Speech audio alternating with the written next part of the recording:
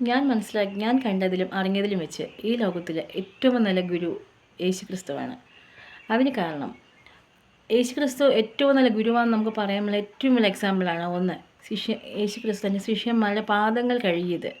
കാരണം നമ്മുടെ ഗുരു ശിഷ്യ ബന്ധത്തിൽ എപ്പോഴും ശിഷ്യന്മാരാണ് ഗുരുക്കന്മാരുടെ പാദങ്ങൾ കഴുകുക, ഗുരുക്കന്മാർ ശുശ്രൂഷിക്കുകയൊക്കെ ചെയ്യുന്നത് ശിഷ്യന്മാരാണ് ചെയ്യുന്നത്. പക്ഷേ ഒരു ഗുരു ആദ്യമായിട്ട് തൻ്റെ ശിഷ്യന്മാരുടെ പാദങ്ങൾ കഴുകിയ ഒരേ ഒരാൾ യേശുക്രിസ്തു മാത്രമാണ്. അപ്പോൾ ഒരു ഗുരു ശിഷ്യന്മാരുടെ പാദങ്ങൾ കഴുകുമ്പോൾ അയാൾ ചെറുതാവുകയല്ല ചെയ്യുക. അവിടെ അയാളുടെ സ്ഥാനം അയാളൊന്ന് വലുതാവുകയാണ് ചെയ്യുന്നത്. അത് അങ്ങനെയാണ് എന്ന് തെളിയിച്ച ഒരേ ഒരാൾ യേശുക്രിസ്തുവാണ്. യേശുക്രിസ്തു അങ്ങനെ ചെയ്തപ്പോൾ പറയുകയും ചെയ്തു, നിങ്ങൾ പരസ്പരം ഞാൻ നിങ്ങളോട് ചെയ്യുന്ന പോലെ നിങ്ങളും പരസ്പരം ചെയ്യുവിൻ.